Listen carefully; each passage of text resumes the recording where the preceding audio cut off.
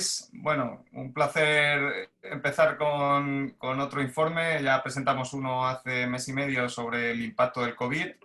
La verdad es que, bueno, nos anticipamos bastante, fuimos de los primeros en salir con un escenario negativo y poco a poco hemos visto que lamentablemente pues, la realidad nos ha ido dando la razón. De hecho, ya ha habido revisiones bastante intensas, tanto del Banco de España como de la OCDE y del Fondo Monetario, que van en esa línea, ¿no? De lo que nosotros anticipamos que podría pasar. Hoy hemos tenido datos de empleo, estamos viendo que la cosa está mejorando, evidentemente, cuando abres el confinamiento, como ya explicamos en el informe, pero que vamos a una recuperación muy lenta, lamentablemente. Hoy, en datos de afiliados a la Seguridad Social han subido un poquito, eliminando el efecto estacional, pero hemos vuelto a niveles de febrero. Eso quiere decir que la salida está siendo muy lenta y luego quedan todavía 2,3 millones de trabajadores en ERTES, que la duda es cuántos de esos se van a recuperar, ¿no? Es verdad que los ERTES han funcionado francamente bien y ha sido una medida muy, muy útil. Ha evitado muchos cierres de empresa y despidos de trabajadores que hoy 1,5 millones de trabajadores han vuelto a trabajar y si no hubiera habido los ERTES, pues es muy probable que muchos seguirían en el paro, ¿no? Y con muy pocas probabilidades de empleo. Por lo tanto, nosotros apoyamos la medida desde la cátedra, pero bueno, evidentemente que va a haber un destrozo importante del nivel de actividad y que sobre eso nosotros queríamos empezar ya un debate y bueno, de cara a los presupuestos generales del Estado que vendrán en otoño y que es el de la reconstrucción, que es el debate que ya está en Europa, ¿no? Tenemos la fortuna de contar en el departamento de Alcalá con gente muy buena en el mundo de la sostenibilidad, con mucha tradición. Alcalá, de hecho, siempre está en todos los rankings internacionales, liderando en España todos esos rankings de sostenibilidad. O sea, tenemos, aparte de muy buena gente y mucho talento y mucho conocimiento, tenemos una sensibilidad especial por esta parte de la sostenibilidad.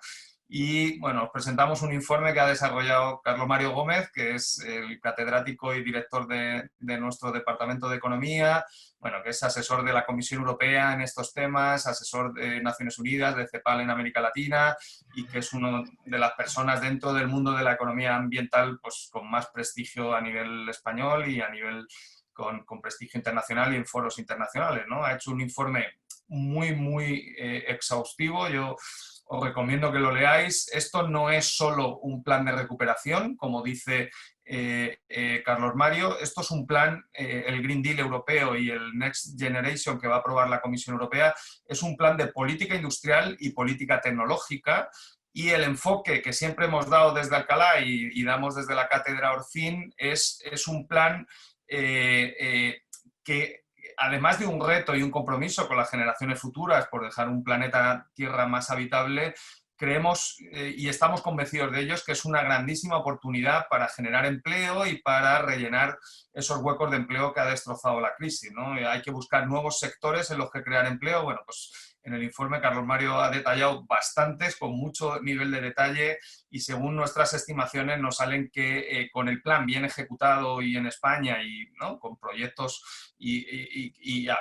haciéndolo bien podríamos llegar a generar en los próximos años 800.000 empleos en ese plan, ¿no? Por lo tanto, estamos hablando de un gran plan de empleo, de un gran plan de política tecnológica e industrial y que nos parece una grandísima oportunidad. Luego tendremos y estamos muy, muy agradecidos y muy honrosos de tener a Soledad Núñez. Soledad es consejera del Banco de España, tiene un currículum, luego la presentaré, y también nos va a contar cómo se ve eso desde el lado financiero, que es nuestra cátedra, qué aportación va a tener el sector privado, cuál es la posición de los bancos centrales y un poquito el lado ese financiero de los planes de inversión que los economistas nunca hablamos, pero sin financiación no hay inversión, ¿no? Por lo tanto, eso es un poco el objetivo de la cátedra y es un poco por donde va el plan de la Comisión Europea y del Banco Europeo de Inversiones. Y bueno, sin más, Carlos Mario, agradecerte el excelente trabajo que habéis realizado, ¿no? en el departamento y deseando escucharte. Bueno, gracias José Carlos, gracias por la presentación y por el trabajo, pues por dinamizar este tipo de trabajos que son siempre tan interesantes. Yo creo que estamos viviendo un momento especial. Las crisis generan procesos de transformación en los que son interesantes, que hace unos meses no podíamos imaginar que podíamos estar hablando de adaptación al cambio climático, de transformación energética, de descarbonización, de eficiencia. de digitalización y todos los demás componentes de lo que ahora llamamos el Green Deal, en clave de macroeconomía, en clave de recuperación económica. Y tampoco pensábamos que íbamos a estar hablando de macroeconomía en clave de cambio climático. Son dos temas que han encontrado una simbiosis en este momento, que yo creo que es un proceso en el que Europa se embarcará en los próximos años, que debemos tratar de entender con un cierto nivel de detalle. Yo voy a compartir una pequeña presentación, que ya habéis visto en la presentación inicial, que José Carlos es un buen amigo mío. Ese es el lado bueno, la presentación, y el malo es que me ha encomendado presentar el informe en solo 10 minutos, lo cual pues es un auténtico reto. Entonces, os comparto la presentación simplemente con algunas claves, con las ideas centrales de para entender el informe. Creo que hablar de recuperación económica en Europa en clave de transformación económica hacia una economía sostenible. El Green Deal no se pensó inicialmente como un plan de recuperación para Europa, ni se pensó como algo que pudiera aportar beneficios a corto plazo para la estabilización y la recuperación económica. Y el trabajo que se ha hecho en los últimos meses es dar ese paso que se ha asumido por parte de los bancos centrales, por parte de la Comisión Europea, y estamos en un proceso de negociación que seguramente dará lugar a un plan de reconstrucción. Los detalles pues son inciertos, pero sin duda alguna tendremos un plan de recuperación vinculado a esto. Por lo tanto, a mí me gustaría ordenar las claves del informe con dos ideas, o alrededor de dos preguntas básicas. La primera, ¿qué aporta el Green Deal a la recuperación económica en Europa? Es decir, hablar de Green Deal en clave de macroeconomía. Y segundo, que también me parece muy importante, ¿qué aporta la recuperación económica de la crisis del COVID-19 al Green Deal?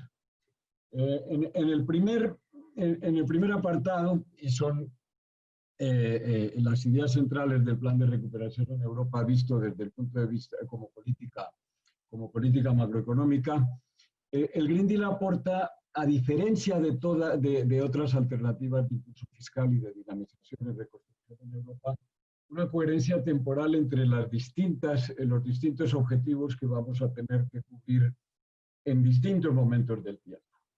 La pandemia y la crisis sanitaria exigen un esfuerzo muy grande por protección, de protección de la actividad económica, del empleo, del capital, que va a comprometer la estabilización de la economía y la posterior recuperación. Es importante, ya sabemos que no tendremos una recuperación en nube, pero la duración de la recuperación va a depender mucho de la capacidad de proteger la economía. Inicialmente, la crisis sanitaria no destruye la producción potencial, pero la crisis sí puede tener efectos, y los tendrá, efectos muy importantes de histéresis y puede destruir la producción potencial en la economía a largo plazo. Si destruye capital, que se desmonta por desuso, y ya estamos viendo algunas consecuencias importantes en algunos sectores de la economía, o convierte en obsoletas algunas habilidades laborales por su infrautilización. Es decir, ahora, en este momento, hay algunos trabajos muy interesantes que muestran que una consecuencia de la crisis y un elemento básico de histéresis que puede mantener la actividad económica en niveles bajos a lo largo del tiempo depende mucho de la capacidad de protección de rentas, de balances, del empleo, etcétera, durante la pandemia.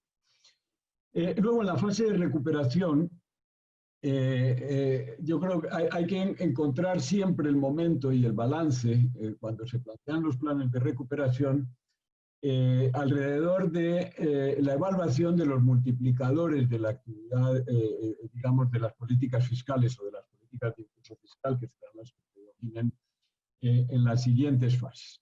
Por una parte, hay razones para un cierto optimismo, en el sentido de que si nos encontramos con una producción muy por debajo del nivel potencial, en niveles bajos, históricos, récord, por debajo del 90% probablemente de la producción potencial, los multiplicadores a corto plazo de las inyecciones fiscales en esos procesos de desaceleración crecen mucho. Esto, ya veremos que esto tiene ciertas implicaciones también para el Green Deal a corto plazo. Pero hay trabajos, por ejemplo, que hablan de indicadores que son cercanos a cero, multiplicadores que son muy bajos. Cuando la economía está muy cerca de la producción potencial, pueden aumentar hasta 1,5, 2, 2,5, dice Blanchard y Legge en un trabajo reciente, etcétera. Y tenemos poca evidencia, aunque sabemos que esos multiplicadores son elevados por el nivel bajo de actividad en el que nos encontraremos una vez que empiece la recuperación. Pero hay un problema muy importante y es que también hay motivos para que esos multiplicadores sean más pequeños como consecuencia de la crisis del COVID-19. Hay una serie de motivos para que el impulso fiscal tenga poco efecto, un efecto relativamente pequeño, y no se aprovechen los efectos positivos que puede tener el bajo nivel de actividad económica, precisamente porque en este caso la incertidumbre es mayor. La crisis la incertidumbre es mucho mayor que en situaciones anteriores. La crisis es más profunda, por lo tanto, las personas incurren en un comportamiento mucho más precautorio, niveles más elevados de ahorro. Ahora podemos estar entre 6 y 8 puntos por encima de las tasas medias de ahorro de niveles anteriores. Y los esfuerzos para reactivar la actividad económica van a ser menos eficaces si las personas se guían por razones sanitarias, es decir, la posibilidad de un rebrote, la posibilidad de un nuevo confinamiento, más que por razones financieras que pueden ser moduladas por la propia política fiscal a través de incentivos de mucho tipo que se pueden articular dentro de un plan de reestructuración. En esa situación es muy difícil focalizar las inyecciones de los gobiernos en lugares donde haya una alta propensión marginal a gastar. Si por una parte tenemos buenas noticias desde el punto de vista del impacto fiscal, que puede ser importante por el tamaño de la recesión, pero por otra, las características de la recesión del COVID-19 nos llevan a que hay una serie de barreras a corto plazo que se tienen que gestionar y se tienen que manejar de una manera inteligente. Por lo tanto, un objetivo básico de cualquier paquete de recuperación consiste en estabilizar las expectativas, restablecer confianza y algo muy importante en lo que el Green Deal puede hacer una diferencia, además de los casos anteriores, en canalizar el ahorro hacia inversiones productivas.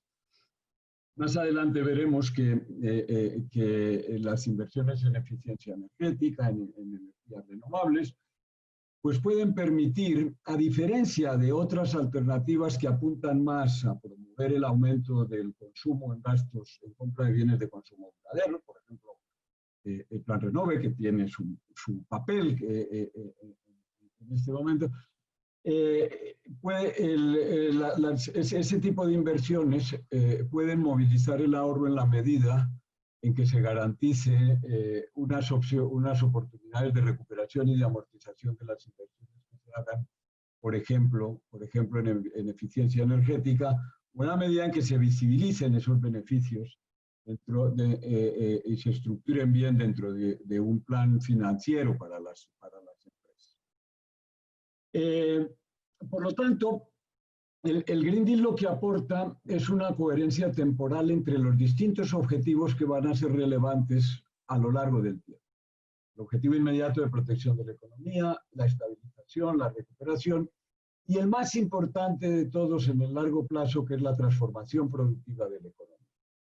En la crisis anterior, ya se dijo antes en los anteriores foros de Sindicatos, se insistió mucho en la idea de que no tuvimos tiempo de tomar las medidas necesarias para aumentar la productividad, para mejorar la productividad de la economía española y la consolidación fiscal.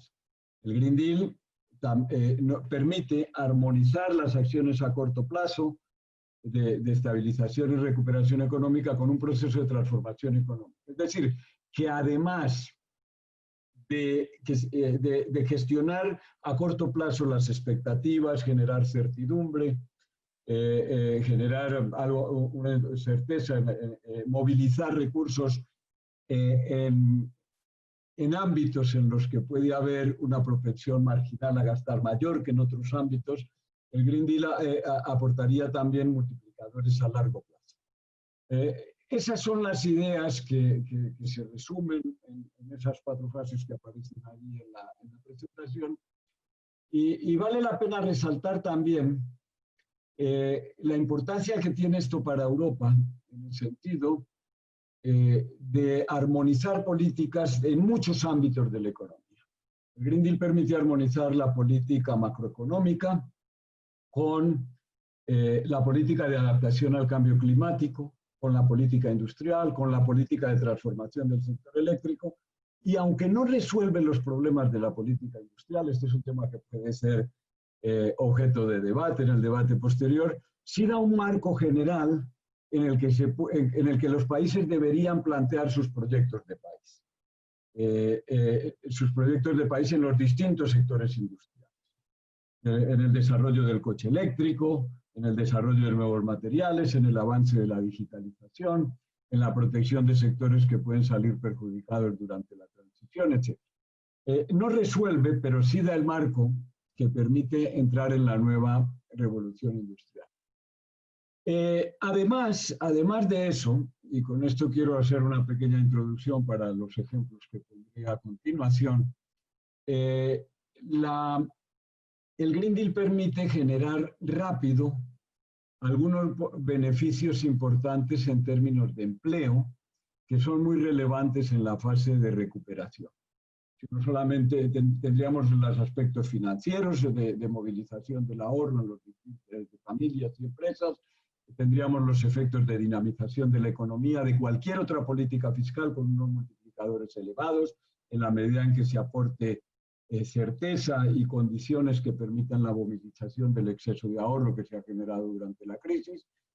Tendríamos la capacidad de generación de empleo rápido y tendríamos los multiplicadores también a largo plazo, además de las mejoras en el cambio climático. Permítanme que antes de pasar al siguiente tema también diga qué significa el COVID para el Green Deal. Porque el Green Deal existía antes de la crisis del COVID-19. En primer lugar, aporta un entorno favorable. Los temas de descarbonización de la economía, la transformación del sector eléctrico, la eficiencia energética estaban ahí, pero no tenían la importancia social ni la aceptación social que tienen ahora.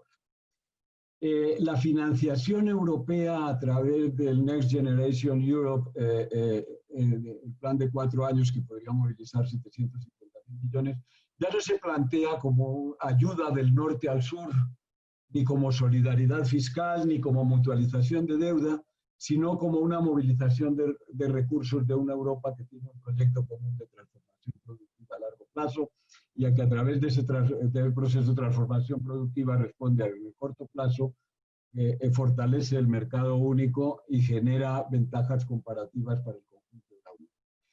Y para aplicar esto, permite adelantar los procesos de inversión de todas estas transformaciones con unos niveles bajos de tipos de interés. Esta será una inversión adicional, no será una inversión que como estaba contemplado en los planes iniciales de energía y clima, por ejemplo, era una inversión que competía con otras y podría producir un efecto de expulsión, y da la oportunidad de capitalizar los cobeneficios de la adaptación al cambio climático para la recuperación económica.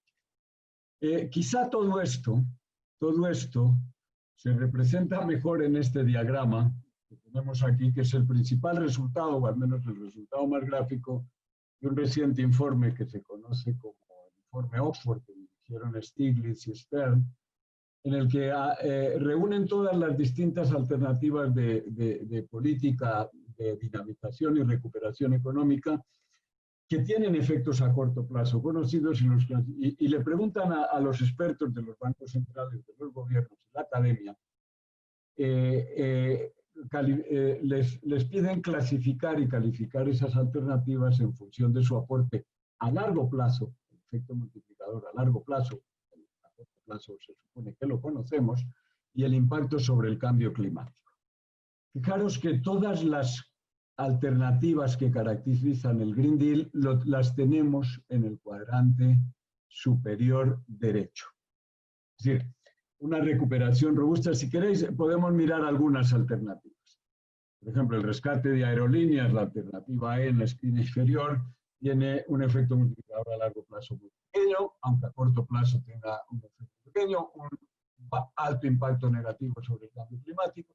El ingreso mínimo vital, que lo tenemos aquí en la O, y en los planes, todo lo que tiene que ver con el impacto al cambio climático sin renunciar a los beneficios de corto plazo, permiten obtener resultados positivos en términos de cambio climático, y algunos de ellos son mejores en términos de efecto multiplicador a corto plazo. No tenemos tiempo para entrar en todos los detalles de esto, pero creo que el gráfico sí capta muy bien el mensaje de por qué razón el Green Deal es una alternativa válida para la crisis.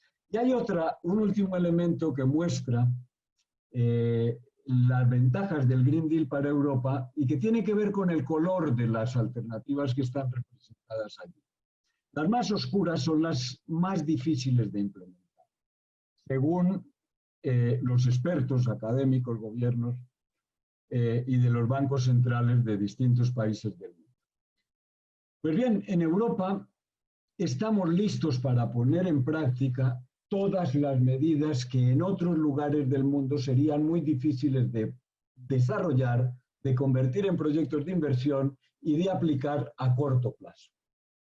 Nuestras políticas verdes no tienen ese color marrón, porque la implementación puede ser rápida. Llevamos muchos años trabajando en planes de energía y clima, en energías renovables, en electrificación, en infraestructuras para el coche eléctrico, en planes de eficiencia energética industrial, agrícola, de edificios, etcétera, etcétera.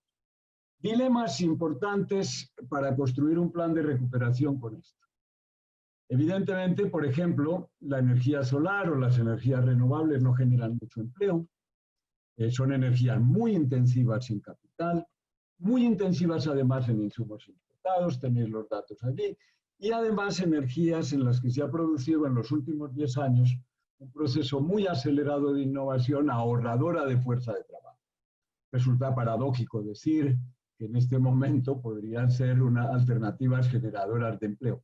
Pero a diferencia de las otras fuentes de energía, generan más empleo en la fase de construcción, de instalación, lo tenéis en el diagrama, el 99% del empleo se genera en la fase de inversión. Si una vez que están instaladas las placas solares, los costes variables son muy pequeños, el coste marginal de generación de energía se aproxima a cero, y por lo tanto, estamos en el momento adecuado para adelantar esas inversiones y aprovechar la fase de construcción en la que tienen un potencial mayor de generación de empleo. De sobra está mencionar que ese potencial de generación de empleo del sector energético, en este caso de las renovables, es pequeño, pero es muy superior a las inversiones en otras alternativas que se basan en combustibles fósiles. Por ejemplo, es 4 veces superior. Bien. Alrededor de esto podríamos plantear muchas cuestiones que yo voy a dejar para el debate, pero una alternativa para convertir el plan de energía, el Green Deal en un plan de recuperación económica consiste en adelantar las inversiones para aprovechar la parte en la que la generación de empleo es más importante en energías renovables y en infraestructura. Por otra parte, hay una gran cantidad de alternativas del Green Deal que las tenemos aquí y que las tenemos clasificadas por generación de empleo directo y generación de empleo directo en España. Siempre hay componentes importados, por lo tanto, la posibilidad de que los efectos multiplicadores se produzcan en otros ámbitos, y las mayores, evidentemente, son las que tienen un componente mayor de construcción, de mano de obra no calificada. Pero fijaros que la diferencia importante es que en este caso los beneficios a corto plazo en términos de empleo son mayores, pero es decir, los multiplicadores a corto plazo son mayores, pero los multiplicadores a largo plazo son inferiores porque en todos estos casos no se produce el impacto de mejora productiva que se da, por ejemplo, en las infraestructuras de recarga del coche eléctrico o en la sustitución de fuentes de energía, etc. Es decir, hay un cierto dilema entre los distintos objetivos que tiene que tener el paquete de recuperación, los multiplicadores a corto plazo, a largo plazo, la rapidez de implementación, el potencial de creación de empleo directo, la capacidad de movilización de ahorro de las familias, por ejemplo, es muy importante en todos estos temas de edificios en los que el Estado ya, el gobierno ya cuenta con planes e inventarios en los que esto puede dar unos beneficios muy importantes, etc. El esfuerzo que hemos hecho nosotros, y con esto termino, es recoger todos los planes de renovables, eficiencia energética y otras inversiones disponibles que ya existen en el gobierno y plantear la posibilidad de acelerar esos planes para incluirlos dentro del paquete de recuperación del Next Generation EU. Y utilizar una metodología más estándar para valorar estrictamente el potencial que tienen esas inversiones para la generación de puestos de trabajo directo. Entendemos que hay también puestos de trabajo indirecto, esas estimaciones son un poco más difíciles porque involucran efectos de equilibrio general, efectos de matrices input-output, pueden ser más discutibles, por lo tanto hemos preferido quedarnos con el resultado más robusto en términos de generación de empleo y menos discutible, que son los requerimientos de trabajo de cada uno de esos proyectos de inversión. Que son demostrables, y tampoco hemos incluido los efectos inducidos porque entendemos que eso no es una aportación estricta del Green Deal, sino del estímulo sobre la demanda, sobre el gasto que tendrá cualquier paquete. Querido Carlos, tenemos que ir acelerando. La conclusión está en las últimas 3 líneas. Si aceleramos esos planes de inversión y los convertimos en planes de inversión dentro del proyecto Next Generation Europe, tenemos la posibilidad de generar 868.818 puestos de trabajo directos, digamos, anuales. Se trata de empleos de tiempo completo a largo plazo. Activar inversiones públicas por 48.000 millones, alrededor de 48.000 millones de euros, que entran dentro del rango de recursos que estarían disponibles para España en esto, y movilizar un volumen de inversión con todas las características que hemos mencionado, total de 235.000 millones de euros. Aquí tenemos, por lo tanto, el papel del Green Deal y tenemos el papel del sector financiero en la articulación de todo ese esfuerzo de inversión e inversor a nivel de la sociedad. Con esa conclusión termino. Y ya sé que he dejado muchos temas para el debate, pero creo que ahí están las claves para interpretar el informe. Así que muchas gracias y perdonar si me he pasado. No pasa nada, ha estado muy bien. Bueno, además, en la última diapositiva se veía que era un plan muy transversal y por ejemplo, en empleo sencillo, ¿no? Porque en el residencial, en cualquier edificio de empresas o de comunidades de vecinos, los robots todavía no suben a los tejados. O sea, va a subir gente de la construcción a subir las placas y hacer las instalaciones, ¿no? Por lo tanto, es un empleo fácil, ¿no? Con planes, como explicamos en el informe, de formación profesional y accesible, ¿no? Tenéis el informe ya disponible en la web y creo que también en el link está para descargar y podéis ir haciendo preguntas ya. Abriremos luego un turno de preguntas, así que la gente que vaya teniendo dudas, por favor, que nos vaya diciendo. Bueno, pues con Soledad también tengo una pequeña debilidad porque, aparte de mucha admiración como economista, somos muy amigos y, bueno, Sole... aunque es muy joven todavía, tiene una experiencia tremenda. Carlos, ¿puedes cerrar? Que se rebotaba, ¿no? ¿Puedes cerrar el micrófono, que había rebote? Soledad estudió en Minnesota, su director de tesis doctoral fue un premio Nobel de Economía y entró en el Banco de España y prácticamente ha hecho toda su carrera profesional en el banco, que es donde ha vuelto ahora, y es consejera, que ya está en el rango máximo, ¿no? Ya la queda o subgobernadora o gobernadora, ya no hay más, ¿no? Solo ya tiene... Y luego ha tenido mucha experiencia, estuvo como directora del Tesoro en la época de la crisis, donde también cogió mucha experiencia práctica de gestión, ¿no? Ella tiene algo que pueden decir muy pocos, que es que evitó el rescate, ¿no? Porque durante su periodo no hubo rescate, ¿no? Y cuando salió ella, pues lamentablemente el rescate llegó en muy pocos meses. Y luego ha estado muy implicada en toda la parte de desarrollo de integración de mercados financieros a nivel europeo, representando al Banco de España, ha estado en todos los comités del Banco Central Europeo, del Sistema Europeo de Desarrollo de Target 2, de liquidez, de liquidación de activos, o sea que es una economista en esta parte financiera altamente especializada, ¿no? Por su estudio académico y por su conocimiento práctico en la gestión de los mercados financieros y en la emisión de deuda. Entonces, bueno, Sole, pues nada, deseando, ¿no? Carlos Mario nos ha explicado cómo se puede invertir y crear empleo. Tú, ¿cómo lo vamos a financiar para que esa inversión sea posible? Que es la duda ahora, ¿no? ¿De dónde va a salir el dinero? Muy bien, pues nada, muchísimas gracias y creo que te has pasado un poco, José Carlos, en la presentación mía, pero bueno, creo que el final de la presentación de Carlos viene muy a cuento de lo que quiero contar un poco, ¿no? Que es qué pinta aquí el sector financiero, ¿no? Entonces, teniendo en cuenta que la propia comisión estima que la inversión anual necesaria para financiar, para que se pueda llevar a cabo el Pacto Verde, pues ronda los 260.000 millones anuales a lo largo por cada uno de los años de esta década. Con lo cual, que esa monumental inversión es lógico pensar que no puede venir del sector público. En su mayor parte va a venir del sector privado. Entonces, ahí es donde entra el sector financiero para llevar a cabo su labor, para lo que sirve el sector financiero, que es para canalizar el ahorro hacia la inversión. Y en este sentido es donde entra ya a formar parte el sector financiero dentro de todo este mundo que es el Green Deal. Con relación a la financiación, la forma de financiación que se está más popular, como si dijéramos, son los llamados bonos verdes. Los bonos verdes tienen unas ciertas características, o sea, es un bono finalista a comparación de los bonos normales, son finalistas, tienen que estar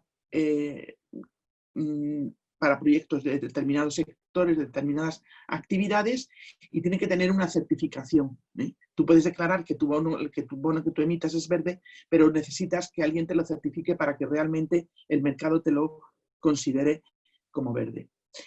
O sea, tienes como un evaluador externo, y luego además también otra característica de los bonos verdes es que rindes cuentas después. O sea, como es finalistas, tú luego haces reports o haces informes de que realmente el dinero que has obtenido se está invirtiendo en los proyectos que tú has definido. La emisión, como decía, la emisión de bonos verdes ha sido bastante activa en los últimos años, y por ejemplo, el año pasado se emitieron 260.000 millones de dólares en el conjunto global. Lo cual supone aproximadamente un 3,6% de la emisión de bonos totales. Es todavía muy poco, pero ha cogido fuerza a lo largo de los últimos años. Aquí hay un poquito de mala noticia, porque la COVID-19 ha servido, o sea, ha tenido, una de las implicaciones ha sido que el mercado de bonos verdes, la emisión de bonos verdes, se ha ralentizado muchísimo. Para que os hagáis una idea, para este año los analistas calculaban o estimaban que la emisión de bonos verdes rondaría los 350.000 millones de dólares. Bueno, pues de aquí a junio vamos en 80.000 millones, lo cual es muy poco. Para llegar a 350, que es como estaba estimado, tendría que haber una fiebre de emisora tremenda que no creo que se cumpla. También es verdad que, y por ejemplo, hubo el mes de abril, fue catastrófico. O sea, se emitieron 3,5 miles de millones de dólares. Cuando todos los meses se estaban emitiendo el año pasado, pues había como una media de 20, 21, 22, una cosa así. O sea, para que os hagáis una idea, el bajón que ha supuesto. Los demás meses, pues ahora ya en junio ronda, no creo que estén todavía todos en las bases de datos que hay de bonos verdes, no creo que estén todavía registrados todos, pero va por 14.000 millones. No creo que llegue a 20, aunque no estén todos registrados. Sí que es verdad que a la vez que la emisión de bonos verdes se ha hundido, no ha pasado lo mismo con los bonos sociales o sostenibles, que son bonos que también tienen las mismas características que los verdes, pero son de finalidades más amplias, que pueden ser pues, en educación, en tecnología, en muchas más cosas que no tan específicos como los bonos verdes. No están tan relacionados con el cambio climático y la transición hacia una economía de bajo carbono como los propios bonos verdes. Y esto os lo digo porque, por ejemplo, el año pasado la emisión de bonos sociales y sostenibles pues suponía aproximadamente, era un 70% menor que la de bonos verdes, mientras que este año, hasta junio, están a la par. Más o menos ha habido una emisión de 80.000 millones de bonos sociales y sostenibles, lo que supone que más o menos a estas alturas se ha emitido tanto como el año pasado. O sea que, por una parte, tenemos que los bonos verdes, el mercado se ha hundido, el mercado primario se ha ralentizado mucho, mientras que el de los bonos sociales y sostenibles no tanto. Me voy a poner el cronómetro, Carlos, porque si no me va a pasar. A ver.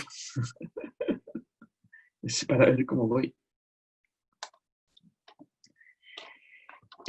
Con relación a España, la verdad que también, sobre todo en los últimos años, también se ha emitido bastante. En realidad, en los últimos 5 años se han emitido como 25.000 millones de bonos verdes, siendo el principal emisor Iberdrola, que tiene como unos 10.000 millones emitidos. Pero también hay otras empresas importantes, como puede ser Adif, como puede ser incluso Telefónica, y luego bancos, por ejemplo, BBVA, seguido del Santander, e incluso ICO hizo una inversión el año pasado de bonos verdes que fue muy exitosa. Ahora bien, no solo, o sea, la financiación del Green Deal no tiene que venir solo por la emisión de bonos, porque entre otras cosas, por ejemplo, si emites bonos, pues esos generalmente, con relación a las empresas, solo las grandes empresas tienen capacidad para emitirlos. ¿Qué papel juegan aquí los bancos? Bueno, los bancos en la emisión de bonos verdes juegan un doble papel. Por una parte, emiten ellos. En España el primer banco que emitió fue el BBVA, pero emiten ellos y son uno de los principales emisores internacionales de bonos verdes. O sea, a nivel global, uno de los principales actores emisores son los bancos, generalmente bancos globales, pero tienen otro papel, que es el de colocador de los propios bonos. Pero además de esto, los bancos pueden ayudar muchísimo a la financiación del Green Deal, porque pueden hacer, y de hecho lo hacen, financiar proyectos, o sea, el Project Finance, estar en préstamos sindicados para proyectos determinados, y hacer préstamos, lo que es muy importante, préstamos minoristas. Porque para la transición hacia una economía de bajo carbono, no solo tenemos que tener la inversión en grandes empresas, sino también en pequeñas y medianas empresas. Y para esto, como siempre, por lo menos en Europa, que es un área económica muy bancarizada, pues los bancos tienen que jugar un papel importante en la concesión de préstamos minoristas a empresas o hipotecas verdes o asesoramiento, etcétera. Hay una actividad. De hecho, la transición hacia una economía de bajo carbono y el cambio climático en general suponen unas oportunidades como el Green Deal, suponen unas oportunidades para los bancos, suponen oportunidades de negocio. Y de hecho, en una encuesta que hizo el año pasado la EBA, la Autoridad Bancaria Europea, el 90% de los bancos declaraba que tenía pensado o estaban ya haciendo programas de financiación verde, ya sea emitiendo bonos, dando préstamos, etcétera, etcétera. Ahora bien, el cambio climático y la transición también supone riesgos para los bancos. Y estos riesgos generalmente se clasifican en dos tipos, que son los riesgos físicos, que surgen como consecuencia o se materializan como consecuencia de un evento climático, de un evento geológico, y puede ser pues, gradual o de efecto inmediato. Una inundación, por ejemplo, o una desertización de una zona, que sería más bien un efecto del cambio climático físico más gradual, ¿no? Esto supone riesgos para los bancos. ¿Por qué? Pues porque los activos que tienen en sus carteras, tanto en forma de préstamos como en forma de activos de mercado, pues bajan en calidad. Y puede subir por ejemplo, con relación a los préstamos que pueden haber dado a empresas o familias que están afectadas por esto, pues la probabilidad de que suba la morosidad es alta y de que sufran impagos. Por lo cual, estos riesgos suponen unos riesgos para los bancos. Y luego están los riesgos de transición, o sea, la propia transición hacia una economía de bajo carbono también supone riesgo, porque los cambios regulatorios, los cambios tecnológicos, los cambios en las preferencias de los consumidores te llevan a que unos sectores estarán potenciados, pero otros sectores estarán más decaídos. Entonces, por ejemplo, aquí he de decir que había preparado unas transparencias, pero primero es una garantía de que no me enrolle mucho en no presentarlas y segundo es que no me funciona el ordenador. Pero entonces, ya tienes que ir acabando, Sole, que no pasamos. Bueno, os quería decir solo con esto, para que os hagáis dando cuenta de esto, es que, por ejemplo, en un estudio de Maclay and Ekins, estiman que para limitar el calentamiento a 2 grados Celsius implica que el 80% de las reservas de carbón, el 33% de las de petróleo y el 50% de las de gas no podrán utilizarse. ¿Qué quiere decir esto? Que todos los activos que están relacionados con ello pierden su valor total.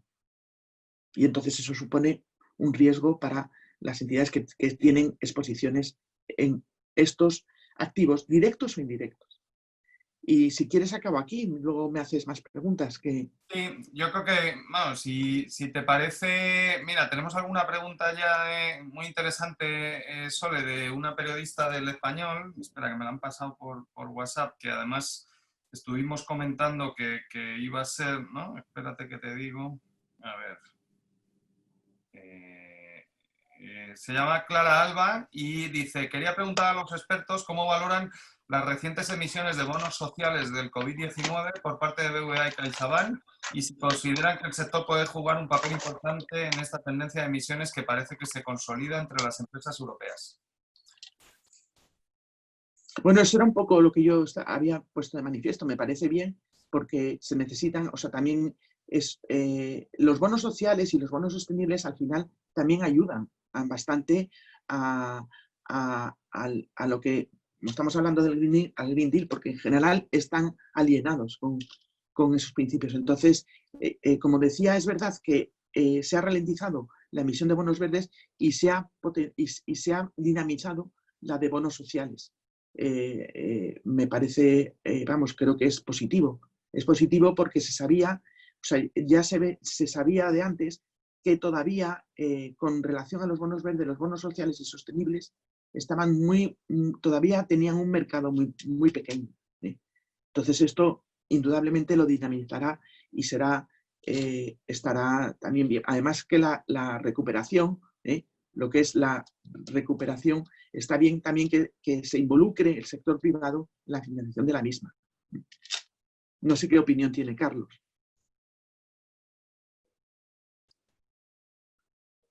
José Carlos. perdón, que tengo... Luego le pregunto a Carlos otras. Nos pregunta también Pablo Martín Aceña, que le conocerás bien, un catedrático de nuestra universidad, uno de los mejores historiadores económicos del mundo, con un prestigio tremendo, sobre todo muy especializado en historia de la banca, ¿no? Tiene un libro maravilloso de las crisis bancarias en España. Nos pregunta, ¿quién certifica que es una emisión de bonos verdes? Un organismo nacional europeo. ¿Qué institución evalúa que a posteriori la inversión que realiza es verde? Porque él tiene dudas de lo que se llama el greenwashing, ¿no? Que es que se hagan emisiones verdes y que realmente eso no acabe luego en inversiones verdes, ¿no? Entonces, ¿cómo desde los bancos centrales y un poco desde la supervisión, ¿no?, se garantiza que no hay greenwashing y que de verdad las emisiones verdes van a inversiones verdes? Bueno, como he dicho, se siguen unos criterios. Hay un evaluador externo que dice que eso está alineado con los principios verdes porque se siguen unos principios, y luego existen también, y de estos evaluadores externos hay como de 4 o 5 compañías muy activas, y luego hay otras instituciones que ya los catalogan como verdes. Por ejemplo, está CBI, el Climate Bond Initiative, que es de donde yo suelo coger las estadísticas de bonos verdes, que te dice si lo considera o no lo considera. De hecho, te presenta las estadísticas, te dice, cuando te presentan las estadísticas globales, te dice, este sí que lo hemos pasado, mientras que no sé cuántos millones de tal no están totalmente alineados con los principios. Y entonces no los pasamos, no los consideran como verdes. Indudablemente algo de greenwashing se puede escapar, pero yo creo que está bastante controlado. Por ejemplo, hubo un momento en que Repsol quiso emitir un bono verde y tuvo dificultades para que se lo catalogaran como verde. Como verde. Aunque era para proyectos. Verde que te quiero verde. Entonces, de hecho, ha surgido otra categoría que se llama bonos de transición, que justo es como, por ejemplo, para tipo de petroleros, a lo mejor, que tienen proyectos de adaptación hacia la transición, o sea, de adaptación al cambio climático. Y entonces esto se considera como, se les ha puesto una nueva categoría que se llaman bonos de transición.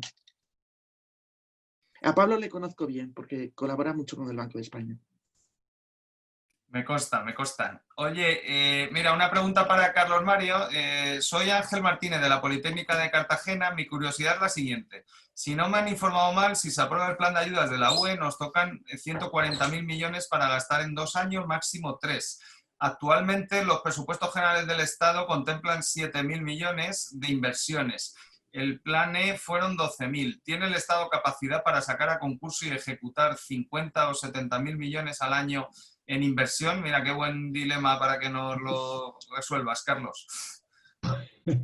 Bueno, difícil. Yo no sé si creo que el gobierno tiene capacidad, pero por lo menos tiene el desafío de hacerlo. En este momento hay planes elaborados que tienen el visto bueno de Europa. El PNIEC es un excelente ejemplo.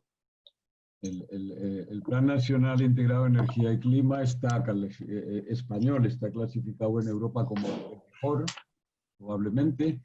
Tiene una calificación estupenda, tiene un nivel de desarrollo alto, tiene un grado de consenso con el sector muy elevado. Por ejemplo, ayer ya se están cumpliendo las previsiones de ese plan con el cierre de las 7 centrales de carbón que se produjo hace un par de días. Y los proyectos están, por lo tanto, acelerar la ejecución del plan de energía y clima que está previsto para los próximos 10 años, a los próximos 4, no necesariamente los próximos 3, hasta finales del 2014, es algo que se puede hacer.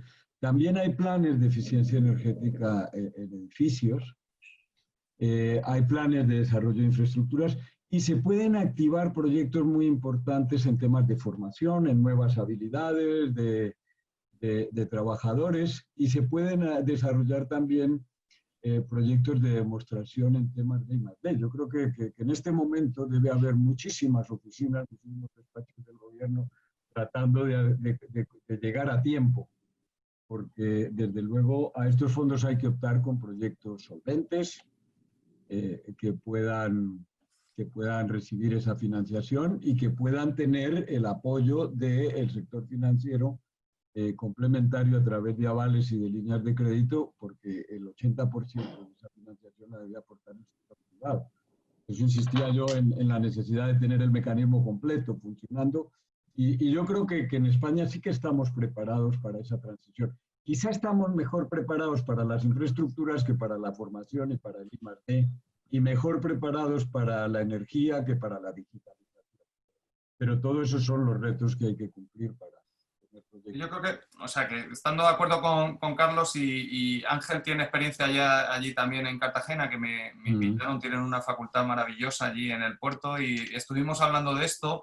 Yo creo que el gran reto es la participación público-privada, ¿no? Los fondos, como contamos en el informe, se van a articular algo parecido a los fondos estructurales y, como dice Carlos Mario, la clave es empezar a pensar en proyectos. Yo creo que el gobierno y los distintos ministerios, porque esto no va a depender solo de un ministerio, todos los ministerios y todo, sobre todo yo creo que el plan va muy dirigido a las ciudades y a los municipios, tienen que empezar a pensar en proyectos y empezar a presentar esos proyectos para su evaluación y aprobación. Y luego eso nos permitirá, como él dice, tener esa capacidad de ejecución. Yo estoy con Ángel, si no empezamos a hacer eso ya, yo creo que buena parte de esos fondos no se van a poder usar, como pasa con los fondos estructurales, ¿no? En este caso pueden ir sin cofinanciación, lo cual acelera mucho y la parte privada va a meter mucha inversión, ¿no? Sin la inversión privada y sin la participación del sistema bancario y parte de financiación privada y del Banco Europeo de Inversiones, es imposible llegar a los 850.000 empleos que hemos dicho, ¿no? Por lo tanto,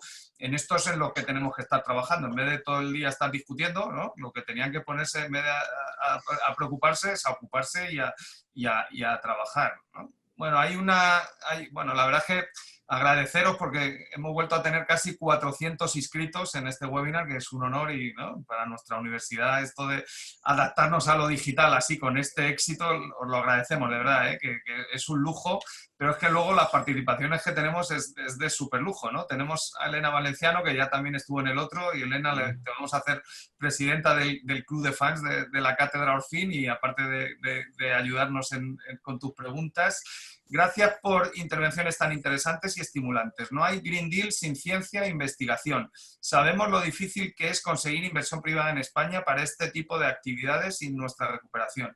¿En qué espacio sitúan los ponentes la inversión en ciencia e investigación en la agenda del Green Deal en nuestro país? Elena estuvo en todo el desarrollo del Green Deal porque era europarlamentaria europea y evidentemente que este es uno de los grandes retos, ¿no? Yo creo que no solo es política de recuperación, como decíamos, es política tecnológica. Así que, ¿no?, si quieres, Carlos Mario.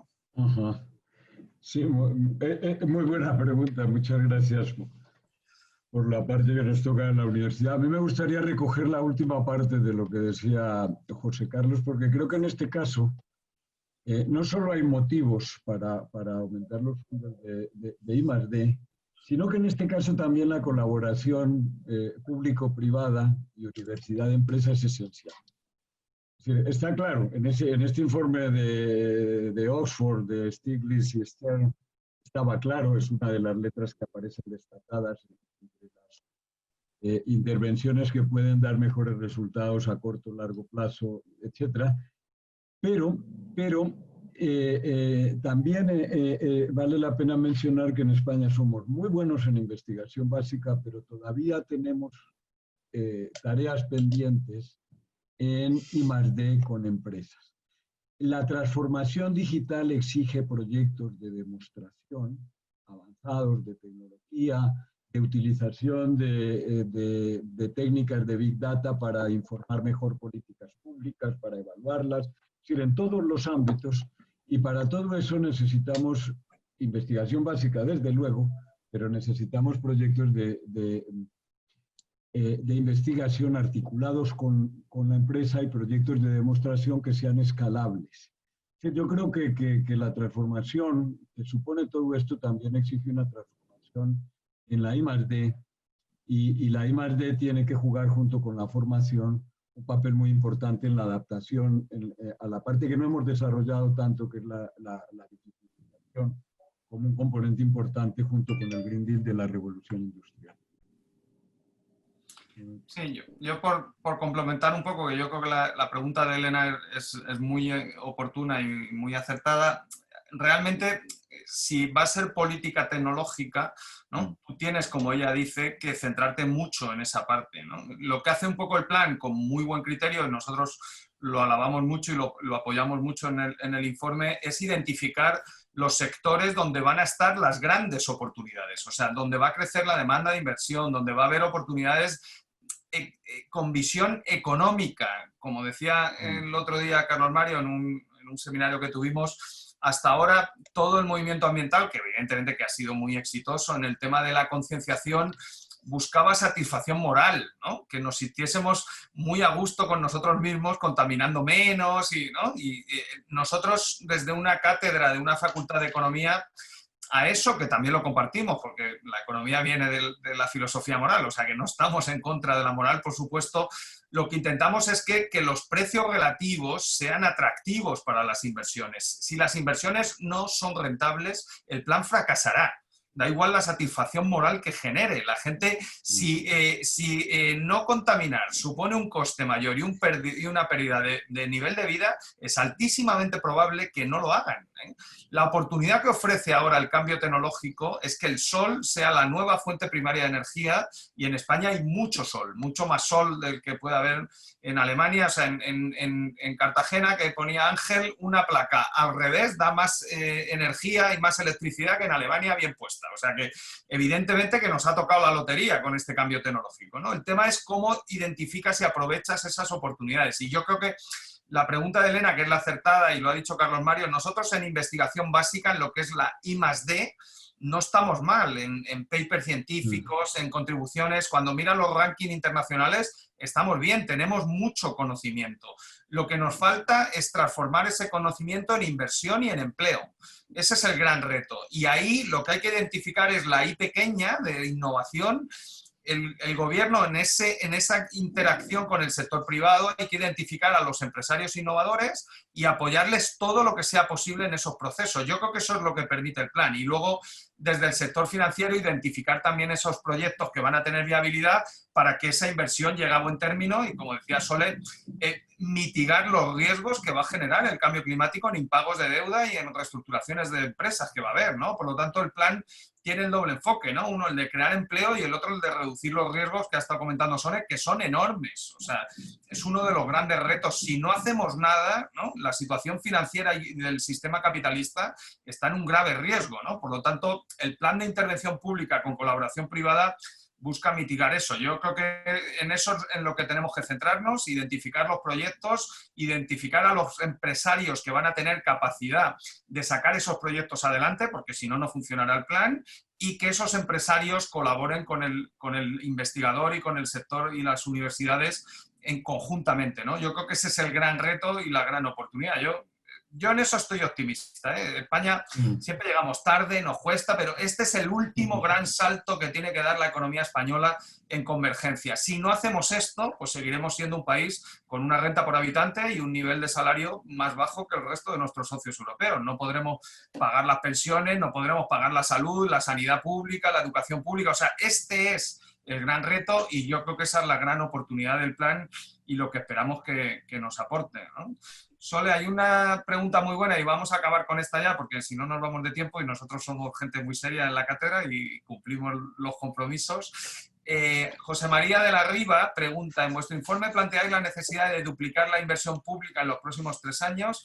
Con esta previsión, ¿corre riesgo la cohesión de Europa? ¿Qué papel, más allá de mero intermediario, va a jugar la banca privada? Y luego una pregunta que no hemos hablado, pero que yo creo que es muy importante: ¿qué posibilidad hay de una redistribución de la inversión para evitar el abandono de los territorios con demografía deficitaria, ¿no? Bueno, lo que habitualmente hablamos de despoblación, ¿no? Todo el problema del mundo rural, ¿no? Yo creo que es una pregunta muy buena así para terminar, Sole, así que toda tuya. Bueno, yo, como he dicho, hombre, más allá del papel intermediario, indudablemente el sector financiero tiene un papel que es financiar, y como había dicho antes, y además tú has dicho una cosa muy buena, que hay un incentivo muy grande porque es una forma de cubrir los riesgos que le vienen por otro lado. es una forma de cubrirse. O sea, tienen riesgos en otra cosa, pero invierten en algo que no tiene ese riesgo y que puede compensar su exposición en eso, puede compensar su exposición en, como si dijéramos, los activos marrones, que la pérdida que se estima, por ejemplo, con relación a los activos privados, entonces esto es todo tipo de activos, empresas y tal, de aquí a final de siglo se estima que puede ser las estimaciones varían mucho dependiendo de los escenarios, etcétera, etcétera, pero están entre 7 y 13 trillones de dólares, que no es una muchísimo mayor que la crisis financiera global. Incluso en lo que había dicho antes de que los bancos tienen que tener un papel muy activo con relación a la financiación de una transición hacia una economía más sostenible, los préstamos a pequeñas y medianas empresas y a las familias pueden jugar un papel muy importante en esto y además también un papel muy importante en evitar la despoblación de zonas. Porque yo creo que la despoblación es un efecto casi del cambio climático. O sea, si una economía de transición con menos carbono no debería tener esas zonas despobladas. O sea, yo creo que es un poco incompatible porque el desarrollo es mucho más sostenible y es equilibrado, ¿no? por zonas geográficas. La concentración no nos ayuda a bajar, o sea, a llegar al objetivo de un calentamiento de 2 grados Celsius. Bueno, por complementar, como decía Schumpeter, el gran economista de la innovación es un mar que no sale en los mapas, por lo tanto también puede ir al mundo rural, ¿no? La clave, yo vuelvo a repetir, sé que los economistas somos muy pesados en esto, pero tiene que haber empresarios para que los proyectos salgan. Si solo en el debate de la despoblación va a haber una satisfacción moral para decir que nos gustan los pueblos, fracasaremos. Yo soy de pueblo, y vengo de un pueblo muy pequeñito que ha desaparecido. De hecho, se ha integrado en el pueblo de al lado, en Palencia, ¿no? Que era Pozuelo del Rey. O sea, que a mí no me conté. Yo sé lo que son los pueblos, ¿no? Entonces, o sea, la Villada, que es el pueblo de al lado, vive porque hay una fábrica de pipas Facundo que da empleo a mucha gente y que permite que se mantenga la población. Si no hay empleo, pues los humanos, como hacíamos en el Neolítico, iremos a buscar otra cueva, porque allí no se puede vivir. O sea, que eso no ha cambiado, ¿eh? O sea, que hay cosas que hemos mejorado desde el Neolítico, pero la supervivencia... Entonces, hay que buscar esos innovadores en las zonas rurales, hay que aprovechar la congestión que ha generado el confinamiento, la posibilidad de irte al campo, donde el confinamiento ha sido mucho mejor y muchísima mejor calidad de vida, y eso puede ser un gran atractivo. Estamos en un mundo de deslocalización digital o tecnológica, donde nómadas digitales europeos, aprovechando la nueva realidad del teletrabajo, van a venir a España y podemos llevarles a las zonas rurales, porque hay gente que no le gusta las ciudades. O sea, oportunidades hay, pero el plan eso no lo resuelve. Eso lo van a resolver empresarios concretos colaborando con, en este caso, los ayuntamientos o las zonas de comunidades autónomas más despobladas, donde los planes de públicos privados van a funcionar, ¿no? Y evidentemente que ahí el sistema bancario tiene una implicación también, porque tiene la mayor red de sucursales de Europa, ¿no? Por habitante, y aunque se están reduciendo, pero sigue teniendo una presencia en la zona rural muy importante. Por lo tanto, esa oportunidad está. Pero si no hay empresarios, esto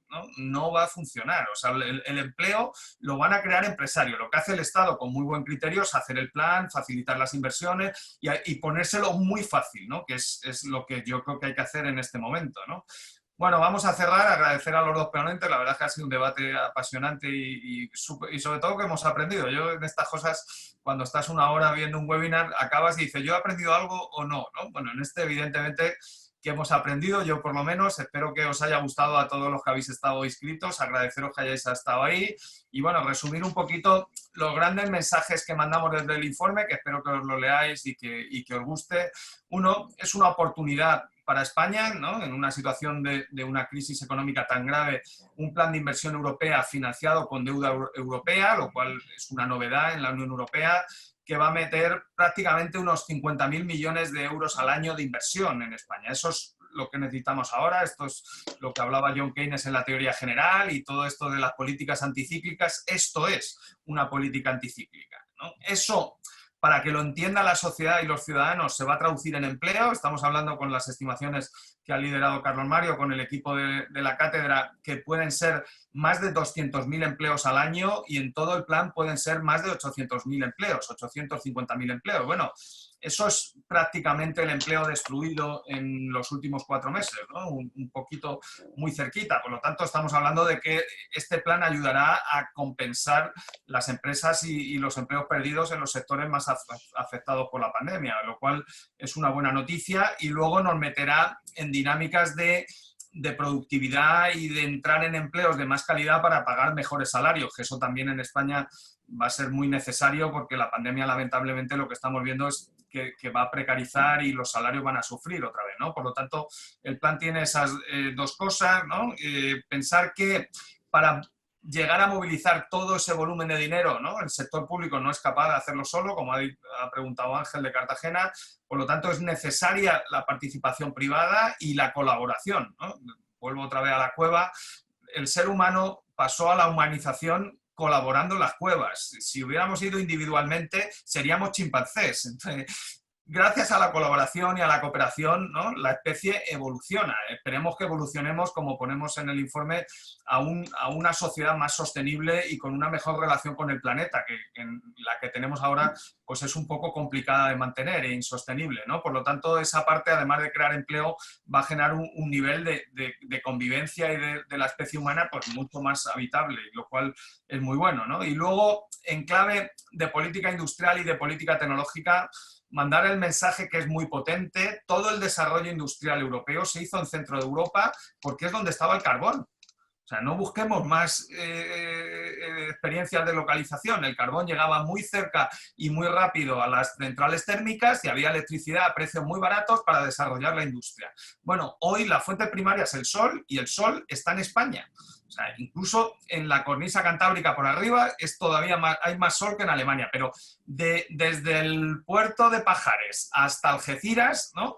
Toda España tiene el doble de horas de radiación solar que el resto de nuestros socios europeos. Entonces, esto es una oportunidad histórica para hacer política industrial con una fuente primaria y abundante de energía más barata que nuestros socios europeos. Y eso es en lo que tenemos que estar, ¿no? Lamentablemente, yo creo que todavía no estamos. Acabamos de ver el plan que han presentado para las electrointensivas, que prácticamente es una subvención ridícula, o sea, no baja nada el coste del megavatio, y si se hiciese con nuevas fuentes primarias de energía vinculadas a esas fábricas, se podía bajar mucho el coste de electricidad y mantener muchos empleos en esas fábricas. Y encima hacerlo sin emisiones contaminantes, ¿no? Yo creo que eso es un poco lo que busca el Green Deal y lo que buscamos desde la cátedra, ¿no? Y luego, evidentemente, que marcar el mensaje que nunca hablamos los economistas, que no hay inversión sin financiación. Siempre hablamos de la parte del activo de la economía y de los planes de empleo, pero no hablamos de que sin financiación y sin sistema financiero